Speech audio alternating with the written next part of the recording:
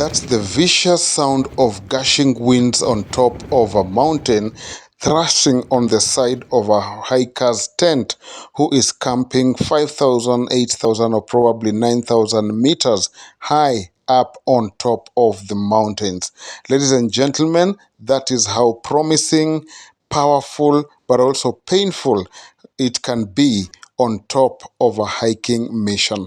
And today we are here to look at the great achievements and the lives of our fallen mountaineer, Joshua Cheruyot Kirui. Stay back and enjoy the journey as we look at why purpose and passion make life what it is. Hey, on your team suck energy out of Cheruyot.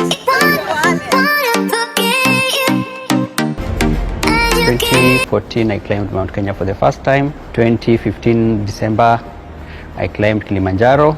Now, over those number of years, I've climbed Mount Kenya around 15 times, Kilimanjaro around 4 times. With that kind of an impressive track record, everyone builds their lives based on a certain purpose of what they want to achieve, for that is what gives it meaning. So even you, as you listen to this, ask yourself, what is your purpose in life? How do you want to achieve it? And go for it, because life has meaning when you create a reason to live for it. TREKS here. I'm a Kenyan mountaineer and Cheruyot's friend and climbing partner. We have done a lot of things with Cheruyot.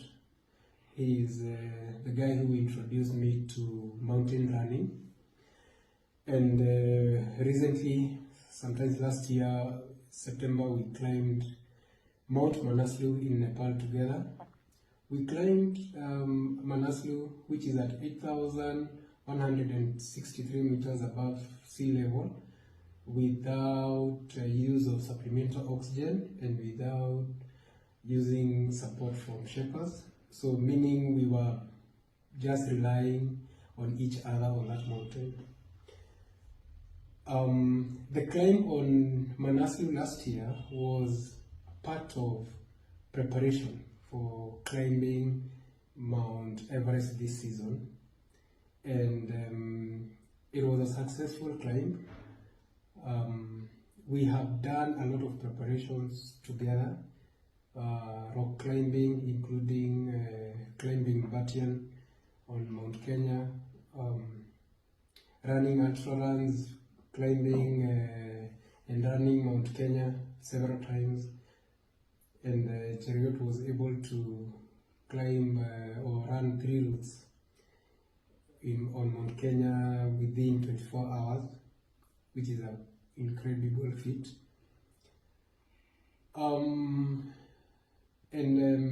I believed in his ability to climb Everest without supplemental oxygen. It became almost natural that I'd want to go higher and higher. So now that we've been able to achieve it, we are heading into the second part of the project, which is to climb Everest without supplemental oxygen in 2024. It may not be easy for anybody who is not a mountaineer or to build that kind of a conviction to understand why a mountaineer would take such radical steps towards building up on their vision. But anybody knows that the only path for you to do is to continue growing higher and higher as you build your ambition.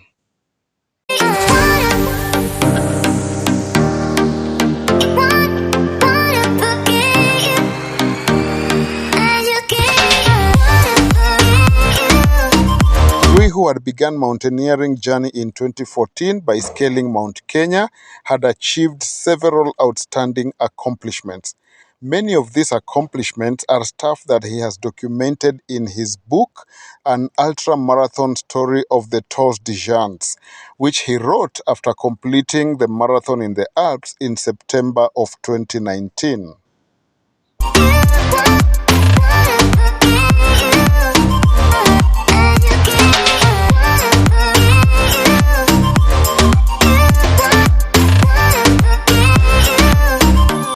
It is aptly stated that doing what you love is freedom, while loving what you do is happiness. And this is the direction that the under-40 champion, who had completed a Kilimanjaro ascent and descent in just 15 hours, had set a record course. And he continued to do many other greater things, including a 3-main route on Mount Kenya, participating in over 20 ascents. And he also embarked on a 6-day expedition of the Ruwenzori. And despite aiming to achieve these personal accolades, he was very proud of his mother country. Let's go, Kirui. I'm just from Manaslu. Manaslu is the 8th highest mountain in the world. Me and a friend of mine, we wanted to see how we could cope with being above 8,000 meters without supplemental oxygen. So the idea is you get into that zone as fast as possible and get out as fast as possible before your body starts dying. It takes a great deal of your mental fortitude to be able to know that indeed your body can start dying. And so while Kirui took on this challenge, he was clearly set that anything is possible up on that mountain.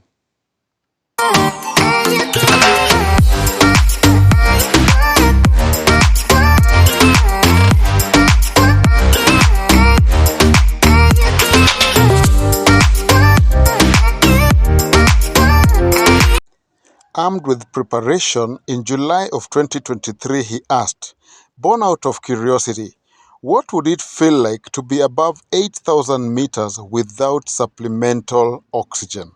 This is the question Kirui set out to answer. Yet, he knew all the risks, but his reason was the adventure of it and the curiosity of whether my body, which is his body, could handle the death zone. The death zone is one of the riskiest places as you ascend the Everest.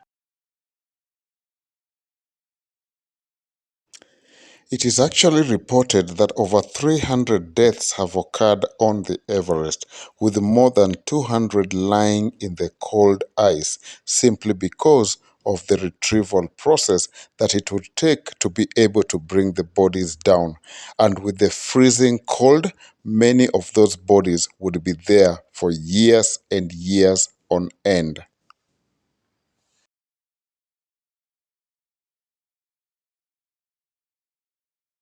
So Kirui very much aware of the risks that came with scaling such altitudes, and some of these included sickness, extreme cold, and insufficient oxygen. But his unwavering spirit chose to brave them until his demise. This was indeed not a course for the faint-hearted.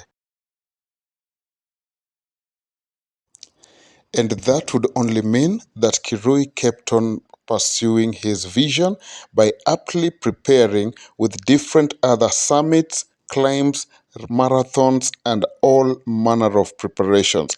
This is what would get him towards achieving his vision of wanting to be the first African to climb the Everest without supplemental oxygen. You do this only when your vision and purpose is clear, and Kirui took it head on.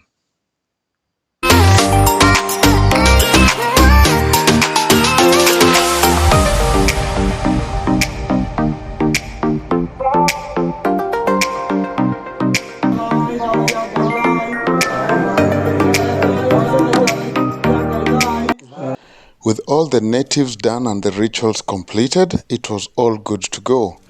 Kirui had aptly prepared and he was mentally fit to be able to undergo this passion. And so he began his ascent as of April 2024 with all the terrible weather mess. He continued to prepare, and when they were ready to hit, they actually started the trek.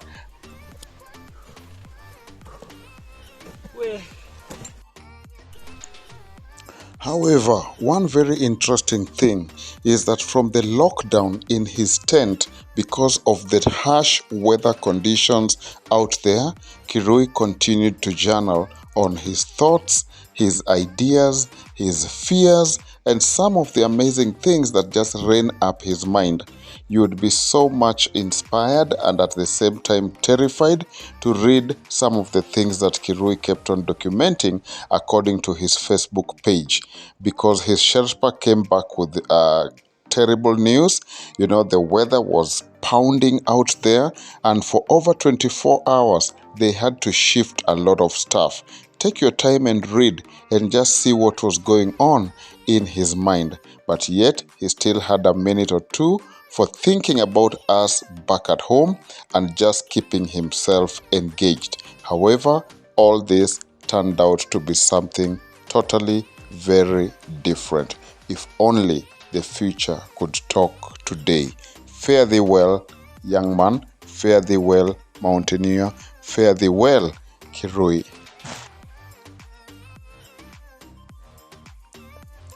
And indeed, the next update did not come from Kirui. Things had taken a turn and life took its twists. Many hours later, after the trek, on the morning of May 22nd, Kirui was reported missing at Bishop's Rock, which is located about 8,800 meters up above the sea level. This was just 48 meters shy of the summit. But information is not very clear as to exactly what happened, but it is suspected that he hit a fall. And when you fall off there, including his Sherpa, it is not very possible to be found alive. His expedition company would send out help for his body to be found, and the search began. And he was located up on the mountains. Retrieving his body to Kenya, which was further the request of the family, has proven to be such a difficult and expensive affair. The family has since come to terms and accepted that life will have to go on. That marked the end of his expedition, but his history, his journey, and his impact will continue to live on. He was intentional, but life had its own purpose. We give the universe its way. So lives the lives of heroes, and we wish Kirui all the best. He lost communication with his climbing team at base camp on the morning of 22nd May, and immediately a group of shepherds was sent from Camp 4 to the point of last contact, and they managed to locate his body at a height of 8,800 meters. That is 48 meters away from the summit.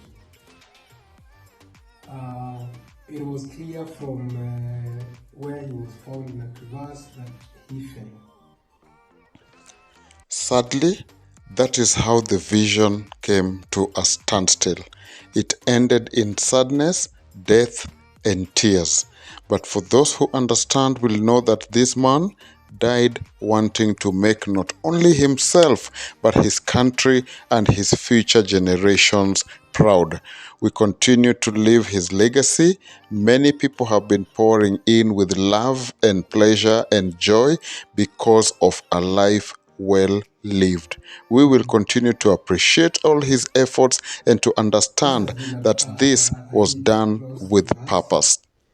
Had We he wish made it all everyone a happy successful, community he in could have Kenya, been the and talk of the we universe. pray But now, for because it comfort ended for in his family, demise, let's continue to wish his him friends. well and continue to learn and draw lessons as we all build our passions in different ways.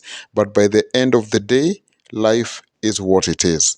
No one comes out alive. So you'd better do it and do good stuff with your life. Keep on going, Kirui. Your spirit lives on. Viva. On to the top of the world. For that was your march to greatness.